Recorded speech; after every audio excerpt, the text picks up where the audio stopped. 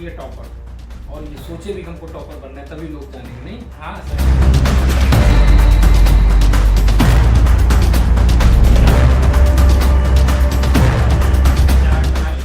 तो फिर वही मैं रोज मतलब हर तीसरे दिन एनालिसिस करता था कि मैं अब थोड़ा लेवल बढ़ रहा है कि नहीं मेरा। तो उससे क्या होता है ना, जब हम चार्ट बना लेते हैं, जब ऐसे अपना देखते रहते हैं कहाँ मैं पहुँचा हूँ और मुझे कहाँ पहुँचना है, ये दोनों चीज़ हमें दिखती हैं, कहाँ पहुँचा हूँ कहाँ पहुँचना है, तो आपका दिमाग सही से काम करता है। तब आपके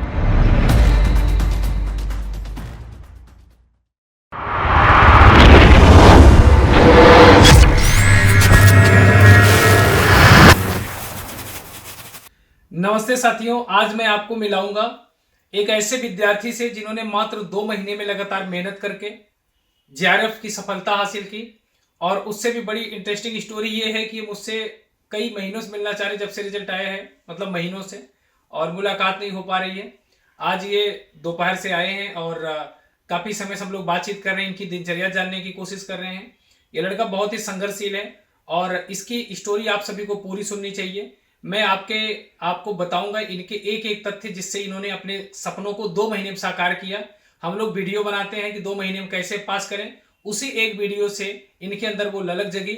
और जो लड़का वनडे एग्जाम की तैयारी करता था एसएससी यानी यूपीएससी में, उसको लगा कि जेआरएफ पास करके पैसा कमाया जा सकता है। बहुत कम समय में बहुत नियंत्रित चीजें पढ़ के वो लड़का जेआरएफ होल्डर है।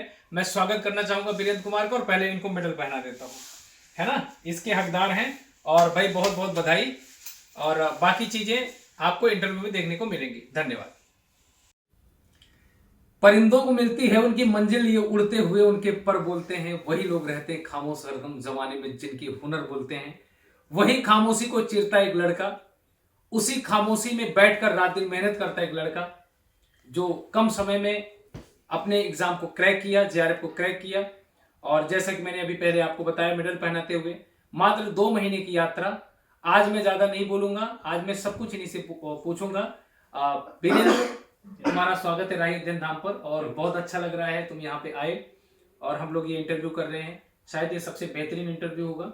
और मैं आज ये जानना चाहूंगा, पहले ये बताओ, अच्छा लग रहा है, बढ़िया लग रहा है?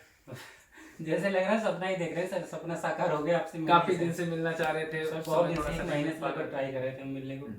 दिल्ली में ही थे, लेकिन बस ये होता है ना कि आपकी क्लासेस बहुत होती हैं, बीच में मुलाकात, और इनके पास कांटेक्ट नंबर भी नहीं हो पा रहा था।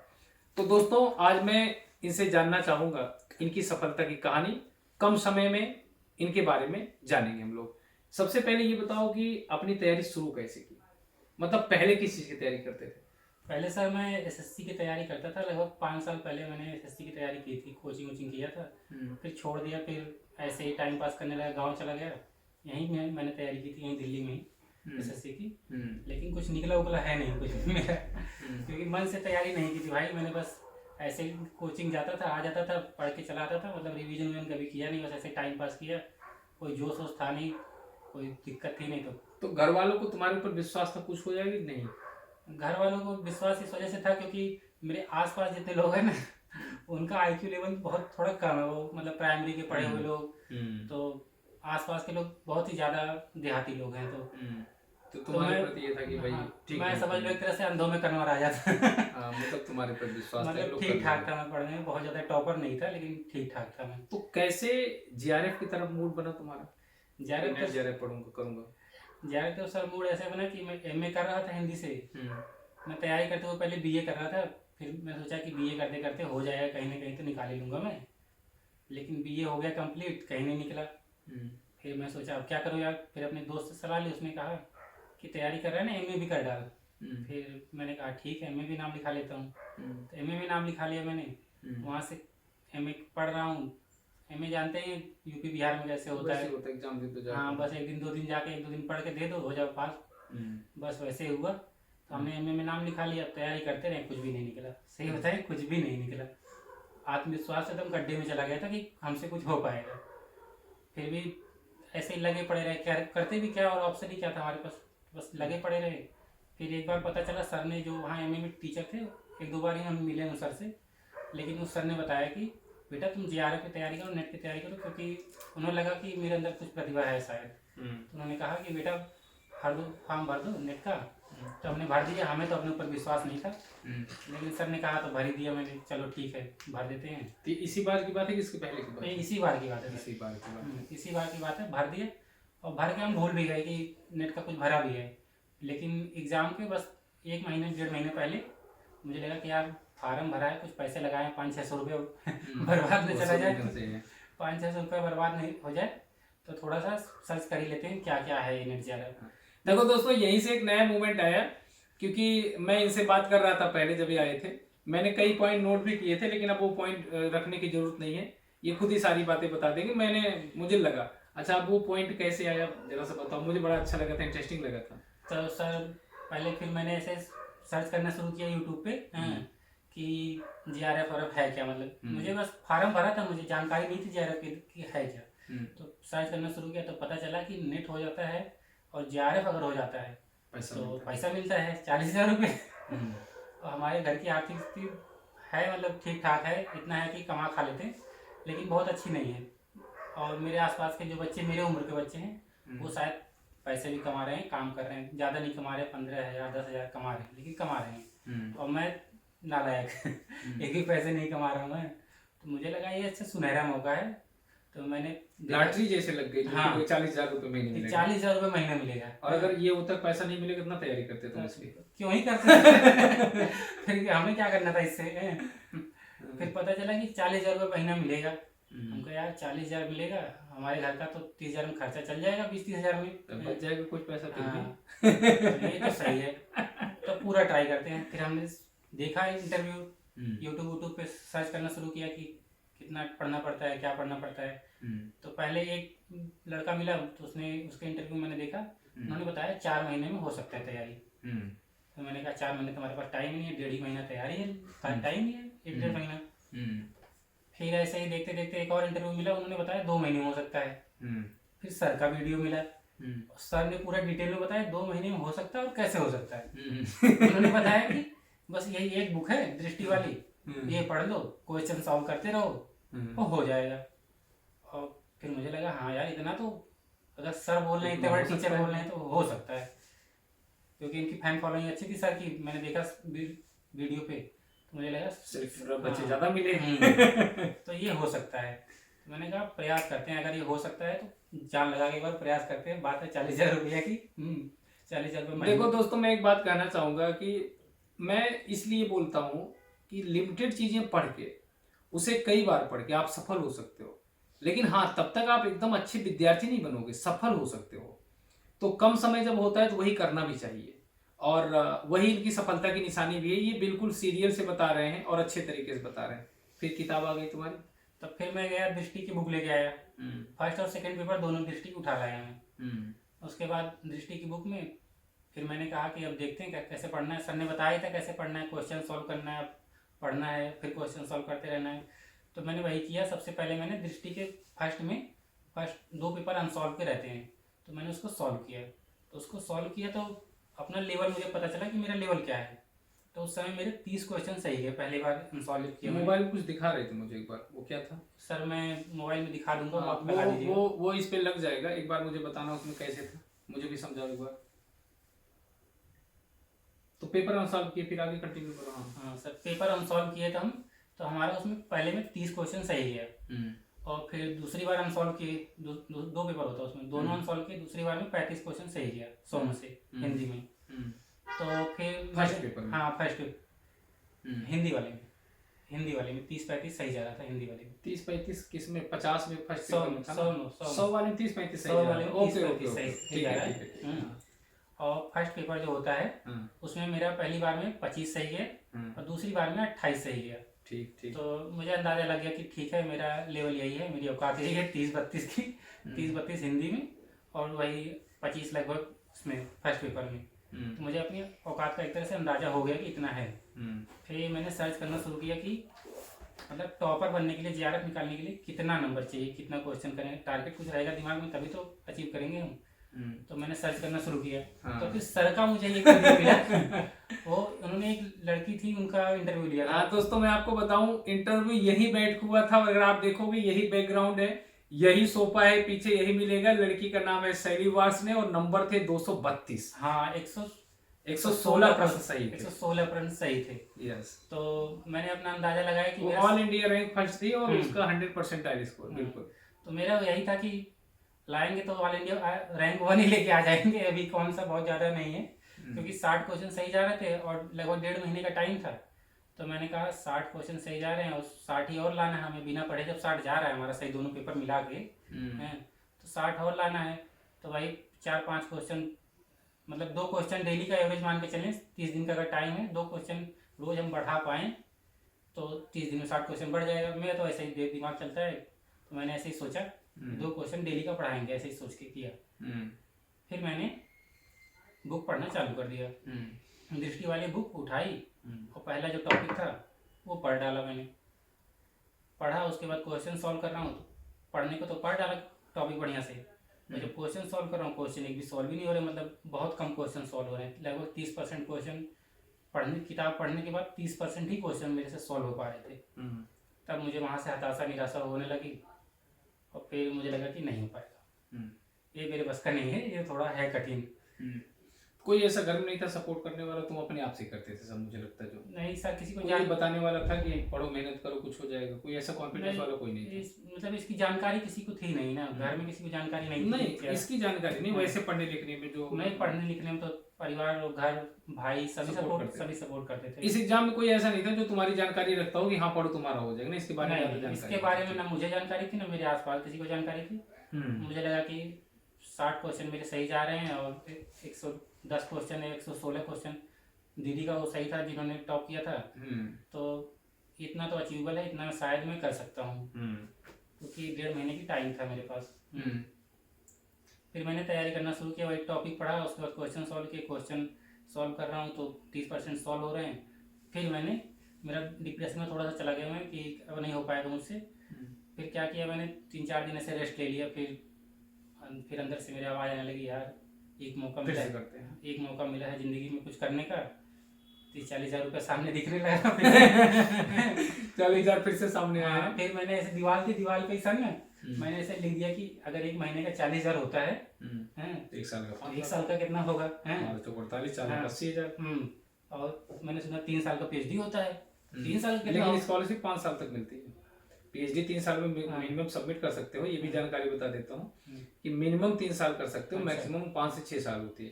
तो स्कॉलरशिप मिलती है 5 साल मिलती है तुमको। नहीं सर, तो मुझे पता नहीं था, मुझे 3 साल पता चला। समझ लेना कि 25 लाख रुपए मिलेगा टोटल, ठीक है? 5 साल में सबमिट। वो पूरा जैसे लोन का होता है EMI ना, लिख के आ जाता है, वैसे 5 साल का पूरा लिख के आ जाता है तुमको, वो 5 साल तक मिलेगी।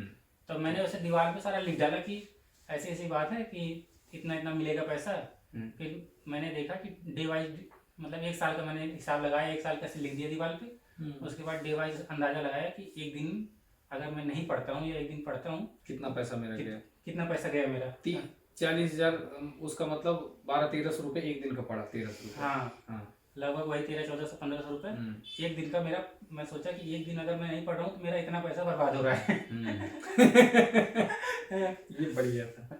फिर ऐसे मेरे मामा का लड़का है, उसने देखा ये पैसा लिखा है, ये क्या है। मैंने कहा इतना पैसा बर्बाद हो रहा है मेरा। वो मेरे ऊपर हंसने लगा है, कह रहा हमें भी थोड़ा पैसे दे तो हम भी बर्बाद करें। अकेले क्यों बर्बाद कर रहे। फिर वही पैसा वैसा देख के फिर मोटिवेशन आया। फिर मैंने कहा नहीं, करना तो है, करके ही रहेंगे, ऐसे भी कुछ भी करना पड़े। फिर मैंने क्वेश्चन पहले ना रिवर्स इंजीनियरिंग करना चालू किया कि अच्छा क्वेश्चन उठाते कहाँ से हैं, क्वेश्चन किस टाइप से आ रहा है। जो मैंने पहले जो सॉल्व किए थे उसमें मैंने गया वो देख रहा हूँ कि कहाँ से मेरा क्वेश्चन डाउन गया है, मतलब कौन सा क्वेश्चन मैं नहीं कर पाया हूँ। फिर मैंने उन सब क्वेश्चन के ऊपर ध्यान देना शुरू किया कि अच्छा ये क्वेश्चन नहीं कर पाया हूँ। फिर मैं जब टॉपिक पढ़ना होता था तो मैं पहले क्या करता था, पहले क्वेश्चन सारे सॉल्व कर लेता था दृष्टि के। उसके बाद वो भी जैसे कि आज एक चीज़ और बताना चाहूँगा दोस्तों, देखो दृष्टि में रिकमेंडेशन करता हूँ। दृष्टि ने छाट के बनाया गया है, वो बुक अच्छी है, लेकिन उसमें कुछ त्रुटियां हैं, प्रश्न में थोड़ी सी डेट में त्रुटियां हैं। इस चीज़ को यहीं जान लेना, वरना बाद में आप कहोगे कि राम सर भी रिकमेंड करते हैं, इनके स्टूडेंट भी रिकमेंडेशन करते हैं, तो थोड़ी सी त्रुटियां हैं। लेकिन बाद वाली जो आई है शायद उसमें नहीं होगी, मैंने उसको नहीं देखी है। आंसर में काव्य शास्त्र के आंसर में देखोगे आंसर आगे पीछे, क्योंकि व्याख्या तो दिया नहीं गया, थोड़ी सी त्रुटियां हैं। लेकिन बहरहाल पूरा ओवरऑल देखोगे तो वो मैटर उसमें दे दिया गया है कि जिससे शॉर्ट नोट्स की तरह पढ़ के अच्छे तरीके से कर सकते हैं। ठीक है, फिर तो मैंने क्वेश्चन सॉल्व किया, और जो पीछे पीछे होता था ना क्वेश्चन के आंसर होते थे, उससे से मिला मिला के जो नहीं आता था उसको वैसे टिक करते चला गया मैं। ठीक। तो उसके बाद उस सारे क्वेश्चन मैंने पढ़ लिया, तो अंदाजा चल जाता था कि उसके बाद जब टॉपिक पढ़ते थे ना, तो टॉपिक पढ़ते पढ़ते तो क्लिक कर जाता था कि क्वेश्चन अच्छा ये वाला क्वेश्चन पूछा था, ये तो इस पे ज़्यादा थोड़ा फोकस करके पढ़ना है, इस जगह फोकस करना है, ये जगह ऐसे ही, इसको ऐसे जल्दी जल्दी पढ़ दो, यहाँ फोकस करके थोड़ा रट के पढ़ो, थोड़ा ध्यान से पढ़ो। तो ऐसे से पढ़ना चालू किया, जब पढ़ा फिर क्वेश्चन सॉल्व किया, फिर पढ़ा, मतलब मैं 3 बार में करता था। इससे पहले क्वेश्चन सॉल्व करता था, फिर पढ़ता था, फिर क्वेश्चन सॉल्व करता था, फिर मैं देखता था कि अब जो क्वेश्चन सॉल्व कर रहा हूँ तो कौन कौन से क्वेश्चन नहीं सॉल्व हो रहे हैं। जो क्वेश्चन नहीं सॉल्व हो रहे थे उनके ऑप्शन और क्वेश्चन दोनों सारे का मैं नोट्स बना लेता था, ज़्यादा ही नोट्स नहीं बनाता। ये चीज तो मैं पहले ही बोलता रहता हूँ, अगर गलत हुआ अगर उसे नोट नहीं कर पाए तो फिर वो तो फिर भूल जाएगा, 2 दिन बाद 1 दिन याद रहेगा, और कैसे भूल जाता है वो। तो सारों का मैं ऐसे लिख देता था कि ये क्वेश्चन इस वजह से गलत हुए हैं, इसे यहाँ से तैयार किया जा सकता है। फिर ऐसे ऐसे मैं वो ऐसे ही सारा बुक मैंने ख़त्म किया। ये सारा बुक तो नहीं पढ़ पाया था, मतलब 50-60% ही पढ़ पाया था, लेकिन क्वेश्चन मैंने सारे सॉल्व किए थे। हाँ, तो अब बताओ, जो भी बता रहे थे गद्य वाला, कि जब बाद में गद्य वाला याद करने वाला ये तो वो कर लिए, अब क्रम वाले आते हैं प्रश्न, रचना काल क्रम आता है, उसके लिए फिर कैसे कैसे क्या किया? सबसे पहले मैं बताना चाहूँगा कि जैसे ये ना, ये सब करते करते मेरा जैसे बुक खत्म करते करते ये सब करते करते 1 महीना लगभग खत्म हो चुका था। अब कितने दिन बचे थे? मेरे एग्जाम के अब बचे थे लगभग 1 सप्ताह ही बचे थे। मतलब 40,000 रुपये तुम खराब कर चुके थे। खराब कर चुका था। फिर मैंने नोट किया दीवार में, फिर नोट किया, फिर मैंने नोट किया सप्ताह के हिसाब से कि अब एक दिन का लगभग 30-40 हज़ार रुपये मैं खराब कर रहा हूँ अगर नहीं पढ़ रहा हूँ तो। उस हिसाब से मैंने तैयार किए। फिर किस्मत रही मेरी कि मेरा सही से तैयार नहीं हो पाया था। और जैसे कि जो होता था ना, ये लेखक, उपन्यास, नाटक, ये सारे जो होता था, ये याद करना बहुत मुश्किल है भाई साहब। कोई याद कर ले तो उसको मेरे तरफ से सलूट है, तो मैं तो याद नहीं कर पाता था। फिर मैंने सहारा लिया सर का।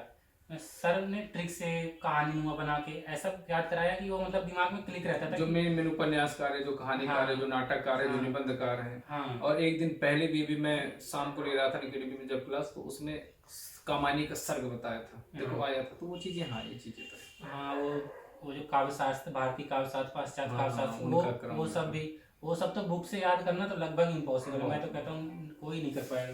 तो उसके लिए फिर मैंने सर की वीडियो का सहारा लिया, उससे मैंने वो सारा तैयार किया। फिर ये हुआ कि पेपर के 2 दिन पहले, 1 दिन पहले नहीं 2 दिन पहले मैंने फिर से सॉल्व किया कि अब देखते हैं अब अपना लेवल कितने गया। तो फिर मैंने लेवल चेक किया तो मेरा 80 गया, मतलब 50 क्वेश्चन जा रहे थे इसके हिंदी के 50 क्वेश्चन सही होने लगे। लेकिन और उसके जो थे फर्स्ट पेपर के, उसके 30 क्वेश्चन सही होने लगे, 80 लेवल गया था। फिर मुझे लगा यार अब तो गया 2 ही दिन, 1-2 दिन तो बचा है, अब तो गया, काम खत्म, मेरा उससे ना हो पाया।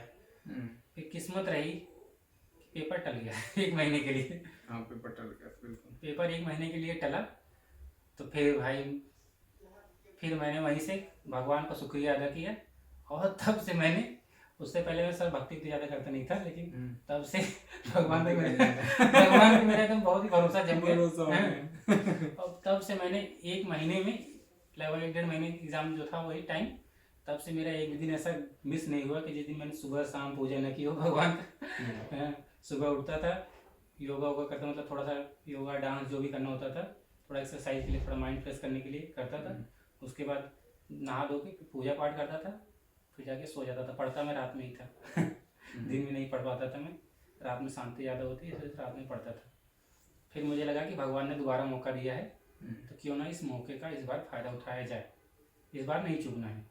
1 महीने का टाइम मिला है ना, तो इस बार नहीं चूकना है। इस बार मैंने चार्ट बना के, मैं स्क्रीनशॉट सर लगा देंगे, मैंने एक चार्ट बनाया, उस पर अपना ग्राफ ऐसे लिखा कि इतने इतने क्वेश्चन मेरे हुए हैं, इतने इस लेवल पे मैं हूँ और यहाँ मुझे पहुँचना है। ऐसा ही मैंने पूरा चार्ट बना के जहाँ पढ़ता था स्टेट टेबल, इन्होंने मुझे दिखाया, ऐसे जैसे घर होता है ना, ऐसे घर होता है, ऐसे सीढ़ी नुमा ऐसे बना दिए थे वो, यहाँ तक पहुँच रहा हूँ, कहाँ तक पहुँच रहा हूँ, बिल्कुल। और टारगेट मेरा कहाँ है सब उसमें लिखा है, आपको मिल जाएगा। तो ऐसे मैंने चार्ट बना लिया, और रोज नहीं तो तीसरे दिन लगभग मैं उस पर एनालिसिस करता था कि अब मेरा लेवल थोड़ा बढ़ा कि नहीं बढ़ा, अगर नहीं बढ़ रहा है तो कहाँ लैग कर रहा हूँ मैं, कौन कौन से क्वेश्चन जो मुझे नहीं आ रहे हैं, तो उस पर ज़्यादा फोकस करना है। दोस्तों आज ये इंटरव्यू जब शूट हो रहा है ना, तो आप लोग देख रहे होंगे मेरी आंखें बंद होती जा रही हैं, क्योंकि मैं 3 दिन से सोया नहीं हूँ, काम बहुत ज़्यादा कर रहा हूँ। लेकिन इंटरेस्टिंग बहुत है इनका इंटरव्यू, और मैं इनको कई दिन से टाल रहा था, लेकिन आज ये आए, फिर भी ये सुबह से निकले हैं और मैं इससे शाम को मिल पाया।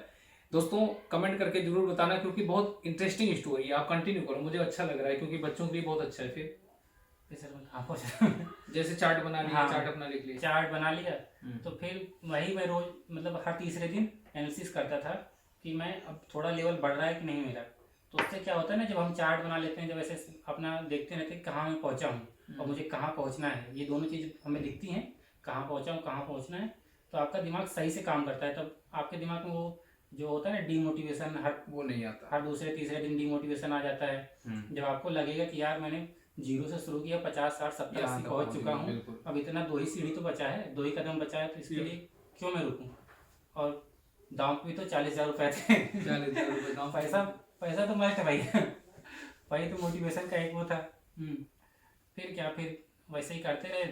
देखो जो नॉर्मल फैमिली होती है उसके लिए पैसा बहुत मायने रखता है, क्योंकि पैसे के अभाव हम लोग जानते हैं। किताब न ले पाना, कोर्स न ले पाना, कोई फॉर्म न भर पाना, तो उससे बेहतर कौन जानेगा, है ना। बात सही सर। तो पैसा सबसे बड़ा मोटिवेशन होता है, लोग सोचते हैं अच्छा पैसा कमाएंगे।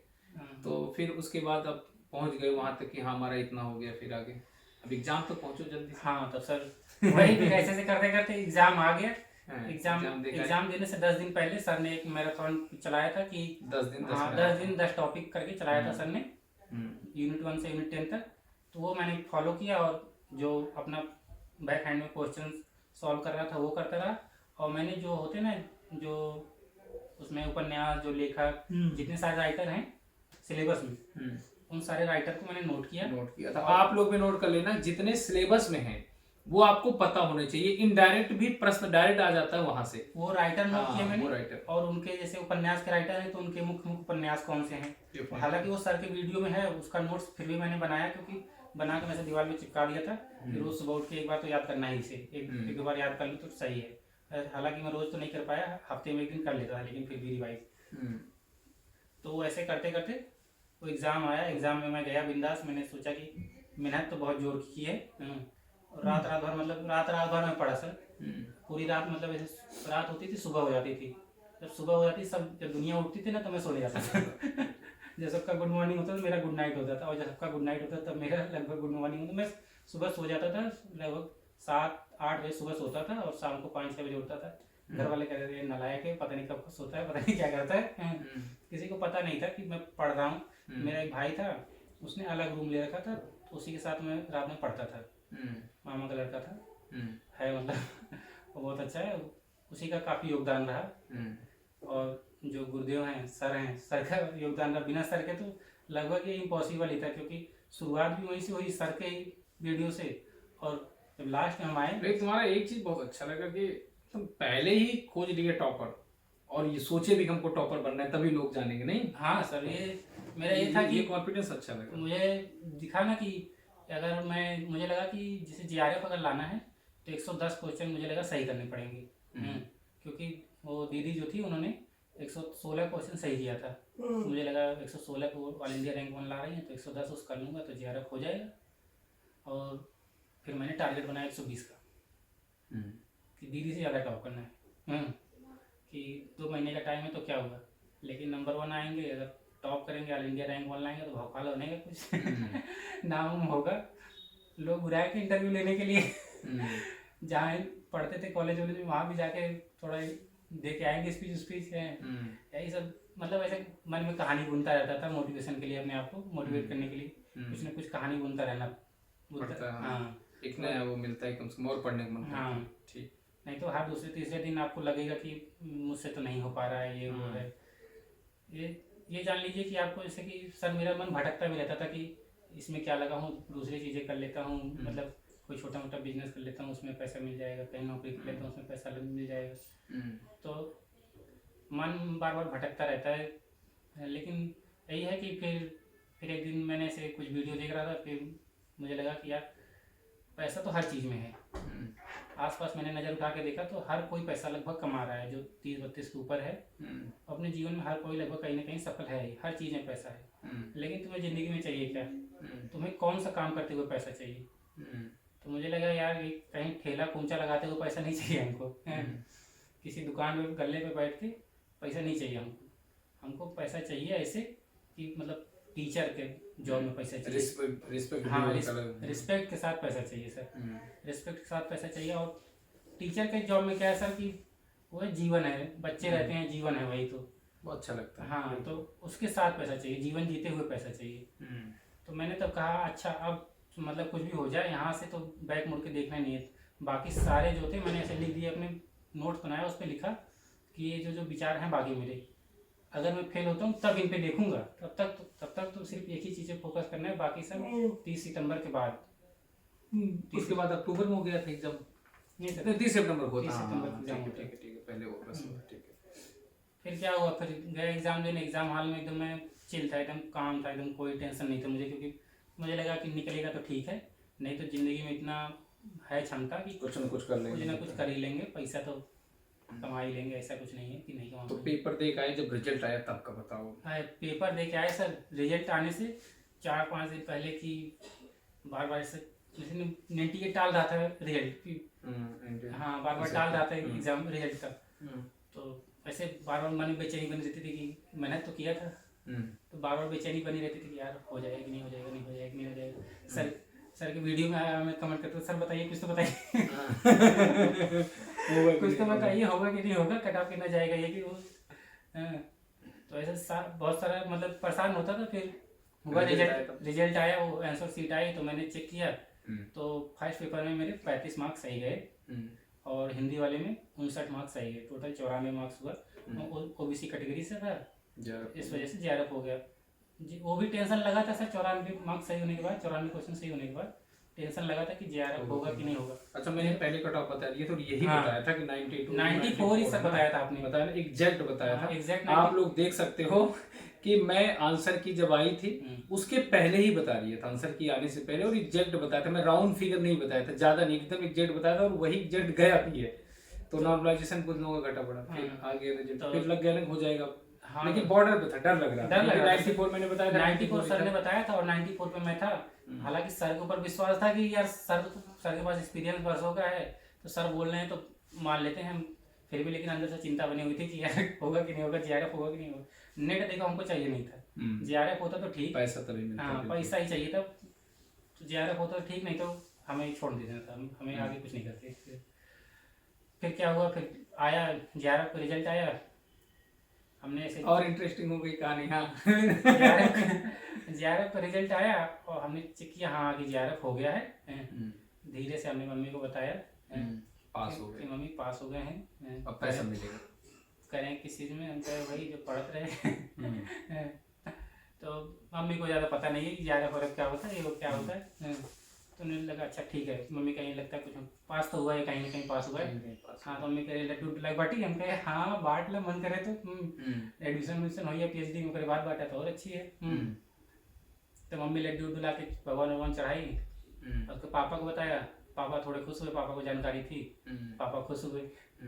और जीवन में यही तो मकसद है कि माँ बाप, मतलब ये पहला ऐसा इवेंट था जिसमें एक अलग खुशी मिली सबको, तुम्हारे पर विश्वास जगह। एक अच्छा एग्जाम है, एक बड़ा एग्जाम है, क्योंकि ऑल इंडिया लेवल होता है। ओबीसी में अगर देखोगे तो 250 सीटें, तो 250 सीटें में पूरे इंडिया लेवल पे एक होना बड़ी बात है अपने में।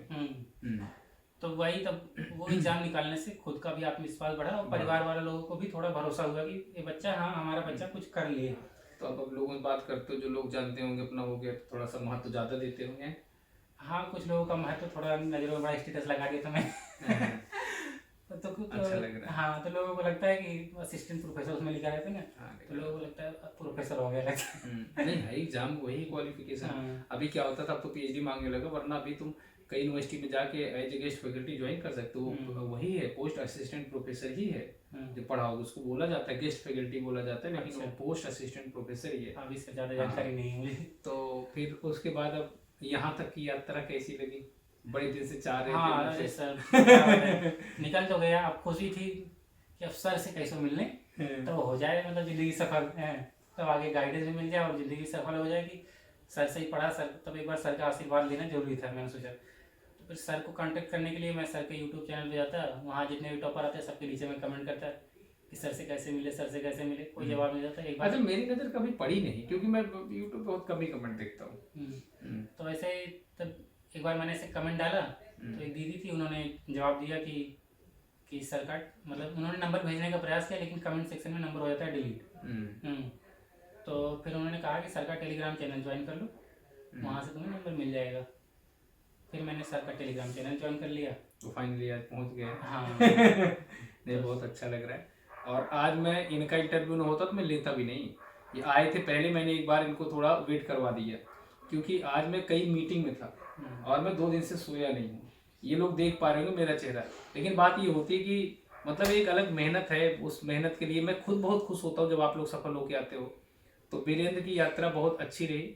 वीरेंद्र, अब पैसा तो तुमको मिलेगा, पीएचडी करो और एक अच्छा सा टॉपिक बनाओ, जो टॉपिक तुम्हारे परिवेश से जोड़ता हो, जिस पे तुम काम कर सकते हो रियल में, वैसा एक टॉपिक चुनो। मैं तुम्हारी मदद करता हूँ और इनरोलमेंट हो जाएगा, पैसा मिलने लगेगा। उसके पहले जो है मैं मित्रता से तुमको मिठाई खिलाऊंगा। लेकिन एक चीज है, अब तुम अपनी सोसाइटी के एक उदाहरण बनोगे, है ना। और जब तुम एक बड़े लेवल पे जाओगे तो तुमसे लोग सीखेंगे। तुम्हारा इंटरव्यू बहुत जेन्युइन इंटरव्यू है, बहुत अलग इंटरव्यू है कि तुमने एक अलग तरीके से एक परिपाटी निकाली, है ना। तो और कुछ आगामी लोगों को कुछ कहना चाहो, कुछ और लोगों को सांकेतिक भाषा में कुछ कहना चाहो तो कह सकते हो। डायरेक्ट इनडायरेक्ट कुछ भी कहना चाहो किसी को। आप लोग ये जान लो कि जीवन का मतलब है संघर्ष, ठीक है। संघर्ष तो आपको करना पड़ेगा, चाहे जहाँ चाहे जो चाहे जैसी जगह है, संघर्ष हर कोई कर रहा है। आपके माता पिता कर रहे हैं, आपके आस पड़ोस में जितने लोग हैं सभी अपने जीवन में कहीं ना कहीं संघर्ष कर रहे हैं। लेकिन अगर आप 20 से 30 साल की उम्र में हैं तो आपके पास मौका है कि आप संघर्ष का फील्ड चुन सकते हैं कि आप मुझे किस एरिया में संघर्ष करना है, कहाँ संघर्ष करना है, किस मैदान पर संघर्ष करना है। क्योंकि यही आपका जीवन फिर बनेगा कि आपने एरिया चुन लिया कि मुझे टीचिंग लाइन में संघर्ष करना है, तो आप टीचिंग लाइन में संघर्ष करेंगे। आपने चूज कर लिया कि मुझे बिजनेस में संघर्ष करना है, फिर आपकी ज़िंदगी उसी में जाएगी, बिजनेस में ही। तो एक बार बड़े तसल्ली से दिमाग से बैठिए, लिखिए मुझे ये क्यों करना है, वो क्यों करना है, अगर ये करना है तो ऐसे करना है। फिर आप एक बार लेकिन एक बार चुन लिए कि मुझे टीचर बनना है, असिस्टेंट प्रोफेसर बनना है, या फिर कुछ भी करना है, जो भी चुन लिया आपने, फिर उसके ऊपर जी जान लगा दीजिएगा। उसके बाद जो भी विचार आपके दिमाग में आए आसपास, उसे छोड़ दीजिएगा। क्योंकि अगर कुछ सफलता पाना है ना, तो लंबी लड़ाई लड़नी है तो सेल्फ मोटिवेशन भाई जरूरी होता है। क्या करना है ये तो क्या करेंगे ये तो आप इम्पोर्टेंट है ही, लेकिन क्या छोड़ेंगे वो भी इम्पोर्टेंट रहता है कि आपको बहुत सारी चीज़ें छोड़नी पड़ती हैं, बहुत सारी चीज़ें छोड़नी पड़ेंगी। तो उम्मीद है आप सभी लोगों को इनका इंटरव्यू बहुत अच्छा लगा और मैं खुद इस बालक से बड़ा प्रभावित हूँ, बहुत अच्छा लग रहा है। यद्यपि मैं उनको उतना समय तो नहीं दे पाया, लेकिन अब हम और ये चाय पियेंगे और उम्मीद करेंगे कि फिर कभी आप भी आओगे। और वीरेंद्र, आपके घर वालों को भी मेरी शुभकामनाएं हैं और आपके प्रति मेरी आकांक्षा आशा बढ़ गई है और अब तुम आगे बढ़ो, जैसी मदद चाहिए होगी मैं तुम्हारे साथ हूं। ठीक है, चलिए, बहुत बहुत शुभकामनाएं, धन्यवाद, जय हिंद, जय भारत।